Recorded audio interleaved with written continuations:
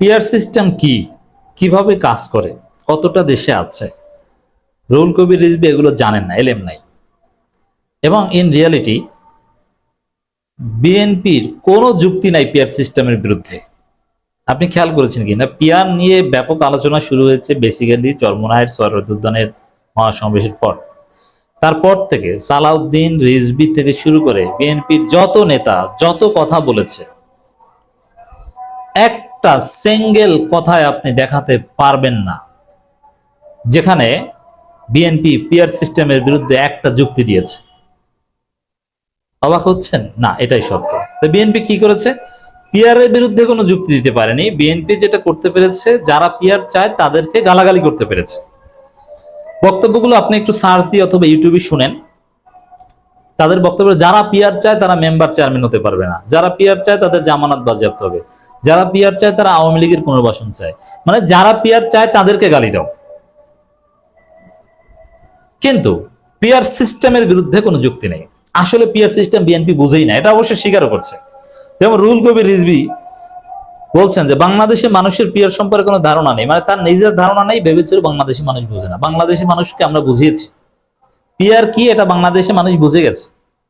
আচ্ছা, বর্তমান সিস্টেম কি, এটার নাম কি, এটা রিজভী বলতে পারেন? First past the post. বর্তমান বাংলাদেশ সিস্টেমের নির্বাচনী সিস্টেমের নাম first past the post, FPTP. FPTP কি, এটা বাংলাদেশের মানুষ বুঝে, কিন্তু ভোট দেয়, ক্ষমতা আসে না। হিসাব নিকাশ কিভাবে করতে হয় এটা ক্লিয়ার হয়ে গেছে না? তো পিয়ার মানে প্রপোর্শনাল রিপ্রেজেন্টেশন। এই সিস্টেমটা হয়তোবা ইংরেজি মিনিং বা এগুলো বোঝে না, কিন্তু কিভাবে কাজ করে এটা বুঝতে কয়েক সেকেন্ডের বিষয়। হ্যাঁ, পিয়ারের অনেক ভেরিয়েন্ট আছে। মিক্সড পিয়ার আছে, ফুল পিয়ার আছে। উন্নত দেশগুলোতে ফুল পিয়ার, পশ্চিম ইউরোপের দেশগুলোতে ফুল পিয়ার, জার্মানি, নেদারল্যান্ডস এবং স্ক্যান্ডিনেভিয়ান কান্ট্রিজগুলোতে ফুল পিয়ার। স্ক্যান্ডিনেভিয়ান সব কান্ট্রিগুলো, যেসব দেশে দুর্নীতি হয় না, শান্তির সূচকে আগানো, সেই সব দেশগুলোতে full peer. Norway, Denmark, Sweden, Finland, Iceland, সব জায়গায় পিয়ার। প্রায় 90টার বেশি দেশে পিয়ার। পিয়ার গণনার অনেকগুলো পদ্ধতি আছে। ভোট গণনা, জেলা ভিত্তিক পিয়ার হতে পারে, সেন্ট্রাল পিয়ার হতে পারে, স্বতন্ত্র প্রার্থীদের নির্বাচনের সুযোগ আছে, সব আছে। এরকম নানান বিষয় আছে। তো দর্শক, রাজনীতি যারা একেবারে এতিম তারাই পিয়ার পদ্ধতি চায়, রিজভী কথা বলছেন। এখানেও দেখেন সেম, পিয়ারের বিরুদ্ধে কোনো যুক্তি নাই। কারণ পিয়ার কি, এটা রিজভী আগেই বলেছেন যে বাংলাদেশে মানুষ বুঝে না, মানে তিনি নিজেও বুঝেন না। তাহলে যুক্তিটা কি? যারা পিয়ার চায় তারা নাকি এতিম, মানে যারা চায় সব অভিযোগ গালাগালি তাদের বিরুদ্ধে, কিন্তু পিয়ারের বিরুদ্ধে নাই। এই জন্য দেখেন, পিয়ার সিস্টেমটা এটা একটা বেস্ট সিস্টেম, ডেমোক্রেসির পিওর ফর্ম। পিওর ডেমোক্রেসি চর্চা হয় পিয়ার সিস্টেমে।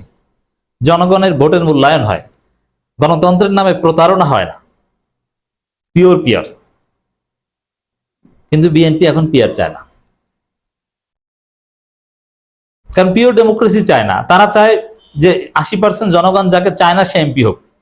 কিন্তু জনগণ যাদেরকে চায়, বেশিরভাগ জনগণ যেটা চায়, যাদেরকে চায় তারা সরকারে আসুক, তারা দেশ চালাক এবং ভেদাভেদ দূর হোক, সবাই মিলেমিশে চালাক, কোনো এক দলের কর্তৃত্ব প্রতিষ্ঠা না হোক, এটা বিএনপি চায় না।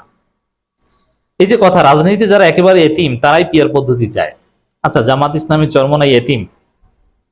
আচ্ছা, পিয়ার চায় সবাই, শুধু বিএনপি বাদে। তাহলে বিএনপি বাদে সবাই এতিম? আসলে এতিম হচ্ছে বিএনপি। কিভাবে এতিম বিএনপি? বিএনপির আব্বা হচ্ছে ভারত, আর ভারত বাংলাদেশ থেকে বিতাড়িত হয়েছে, মানে ভারত বাংলাদেশ থেকে মারা গিয়েছে। তো বিএনপির বাপ ভারত মারা গেছে, ওরা এতিম।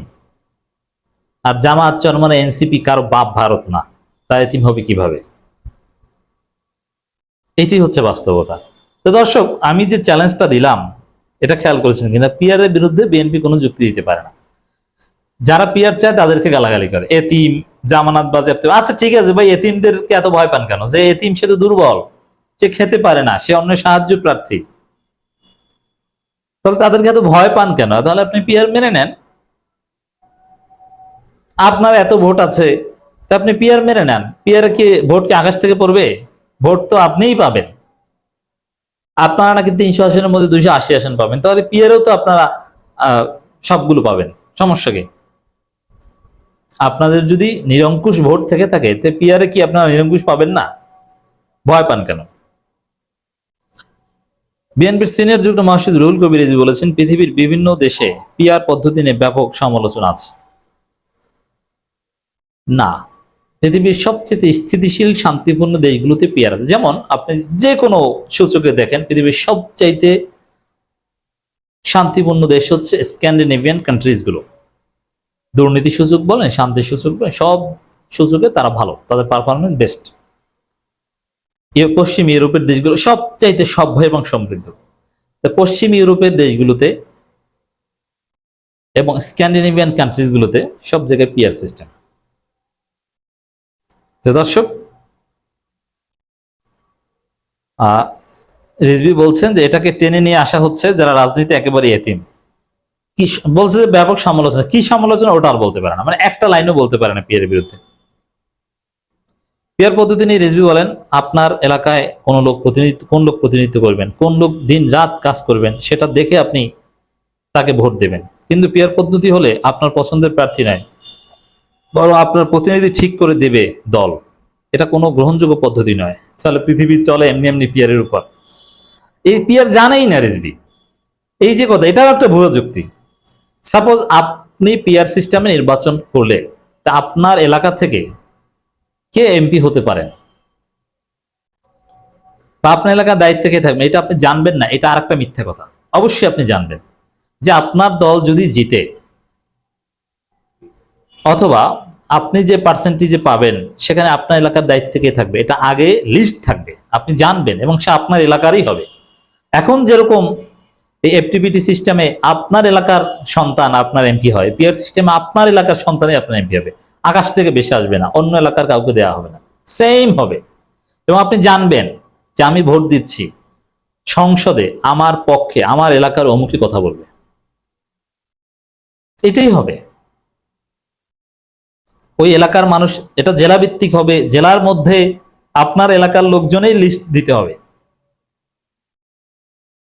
অতএব এইগুলো হচ্ছে বিভ্রান্তিকর। পিআর সিস্টেমকে যারা জানে না তাদের, আপনি জানবেন না তা না। ইসরায়েল, বেলজিয়াম, জার্মানি, সব জায়গায় দেখে, আপনি জানবেন, কেন জানবেন না? রাস্তাঘাটের কাজ তো আর এমপিরা করবে না, রাস্তাঘাটের কাজ করবে স্থানীয় সরকার প্রতিনিধিরা।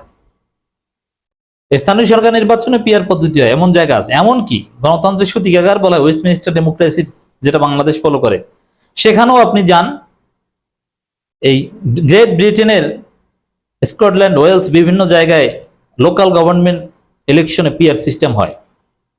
এরা অনেকে জানেই না, এই তথ্যটা জেনে রাখেন। গ্রেট ব্রিটেন ভুক্ত স্কটল্যান্ড, ওয়েলসের বিভিন্ন জায়গায় পিআর সিস্টেমের উপাদান আছে। যদিও টোটাল লন্ডনে বা ইংল্যান্ডে সেখানে ন্যাশনাল ইলেকশন অবশ্যই আমাদের প্রচলিত সিস্টেমে হয়, এফটিপিটি সিস্টেমে হয়, কিন্তু আছে, সারা পৃথিবীতে আছে। এটা জানে না বলে এটা মনে করে যে এটা খারাপ। আসলে ফ্যাসিস্ট হয়ে ওঠার স্বপ্ন ভঙ্গে তারা অস্থির।